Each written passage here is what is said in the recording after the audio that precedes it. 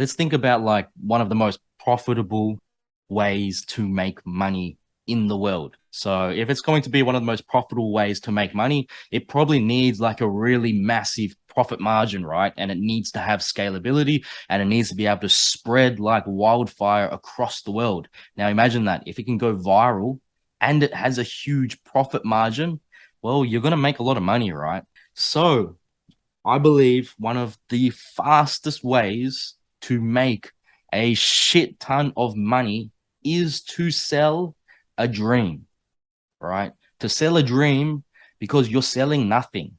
Now, what I'm getting at is where is this? I'm not saying you should do this. I'm actually completely opposed to doing this because you have to think about your reputation and you need to think about are you actually adding a net positive to the world or not? So I'm talking about things like crypto and NFTs. All they have to do is write up like this roadmap, especially in the bull market, sell the dream, and they didn't really have to do any work. And they created these multi-billion-dollar market caps, these valuations that have been bigger than some of the most successful companies of all time.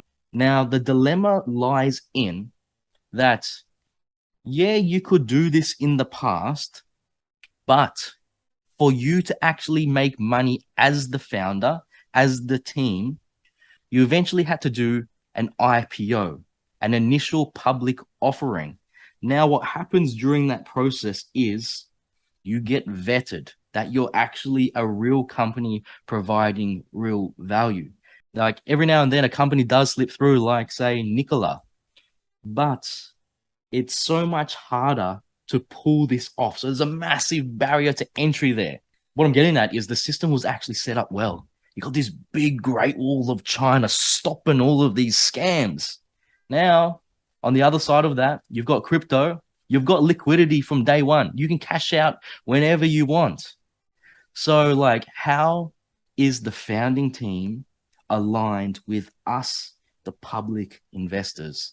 Yes, we can invest in day one, and we haven't had access in the past to like VC bets. Like we couldn't invest in Uber and YouTube and all of that in the early days where you could make the most amount of money.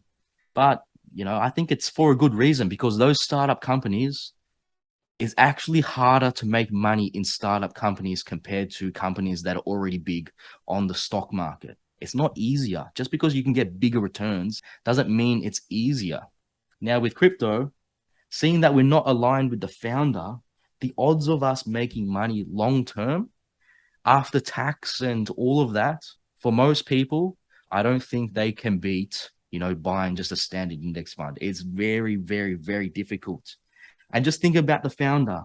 They are incentivized to keep on selling the dream, to keep on pumping in and hyping up the thing so more money keeps flowing into this box so that box gets bigger. And then once the liquidity is big enough, a lot of buyers coming in, then they can sell instantly. That's the thing with this stuff. It is public from day one, so they can cash out.